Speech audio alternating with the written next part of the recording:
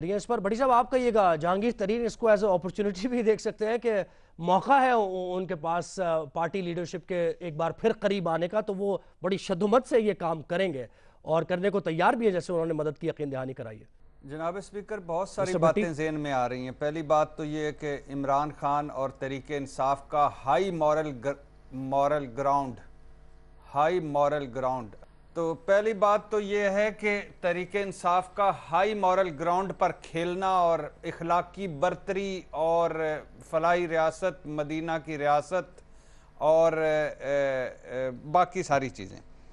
दूसरी चीज़, गिलानी साहब से माजरत के गिलानी साहब की हार यकीनी होती जा रही है अगर जहांगीर तरीन साहब दूसरी तरफ चले गए। तीसरी बात कि मौका मिल गया मजबूरियां कैश करवाने का जहांगीर तरीन साहब को, और उनका जहाज़ फिर से उन्होंने जहाज़ में पेट्रोल डाला है और बत्तियां बुत्तियां चेक की हैं, गेयर गुर लगाया है, वो सही चल रहा है। जहांगीर तरीन और अली तरीन पर FIR दर्ज हुई थी, आपको याद होगा जब वो वापस आए थे। मगर मैं जहांगीर तरीन साहब की क्या रोना रोऊं, रज़ाक दाऊद का कुछ हुआ, शुगर कमीशन में उनका भी नाम था, असद उमर का कुछ हुआ, साईं बुजदार का कुछ हुआ, खुसरू बख्तियार का कुछ हुआ, हाशिम जवां बख्त का कुछ हुआ, बाकी शुगर मिलों वालों का कुछ हुआ, शुगर कमीशन की बाकी सिफारिशात का कुछ हुआ, आटा गंदम का कुछ हुआ, चीनी का कुछ हुआ, पेट्रोल का कुछ हुआ, अद्वियात का कुछ हुआ। अरबों के स्कैंडल में मुलव्वस हैं जहांगीर तरीन साहब, उनमें मुलव्वस हैं। शुगर और गलत फैसले करवाए जहांगीर तरीन साहब ने, ये भी आया, बात सामने आई। जहांगीर तरीन का नाम या काम देखकर मुझे दुख हुआ, ये कहा इमरान खान साहब ने। और तानिया अदरस को भी निकाला गया इसी वजह से, उसकी एक वजह ये थी कि जहांगीर तरीन साहब से ताल्लुक़ था, वो लाए। आज़म खान, जुल्फ़ी बुखारी, शाह महमूद कुरैशी, चौधरी सरवर, असद उमर एंड ग्रुप ने जहांगीर तरीन साहब को निकलवाया था, बोझ बन गए थे घर। और कई बातें ऐसी थी जो उन्होंने की, इमरान खान साहब तक पहुंच गई थी। पंजाब KPK में मुलाकात में मुदाखलत से तंग थे, ज़राअत का सब कुछ उनके पास था। अब मुल्ज़म हुकूमत का मददगार है, मुल्ज़म हुकूमत का मददगार होगा। फवाद चौधरी साहब का बयान भी आपकी नज़र में होगा कि शाह महमूद कुरैशी, असद उमर, जहांगीर तरीन साजिशें करते हैं पार्टी में, जिससे सियासी लोग कमज़ोर हुए हैं।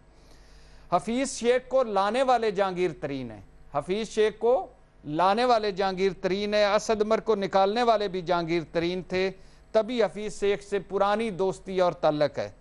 जहांगीर तरीन अब बदले में क्या करवाएंगे ये बताने की ज़रूरत नहीं है। और शुगर माफिया में खुशियों की लहरें दौड़ गई हैं। डेढ़ दर्जन मेंबरान टूटने की उम्मीद अब ख़त्म हो गई है। गवर्नमेंट के, अच्छा जो सबसे इंपॉर्टेंट है, गवर्नमेंट के राइट साइड पर आना, गवर्नमेंट के राइट साइड पे होना। जहांगीर तरीन से हफीज़ शेख ने राब्ता कर लिया, अब सारे महकमों में इनके काम ऑटोमेटिक होते जाएंगे कि गवर्नमेंट की राइट साइड पे आएंगे। उसने इमरान खान साहब ने जहांगीर तरीन से रब्ता किया या नहीं किया, हफीज़ शेख साहब के रब्ते से ही, और हफीज़ शेख साहब तो खुद खजाना किए हैं, बहुत सारे काम तो जहांगीर तरीन साहब के इनके ज़िम्मे होंगे।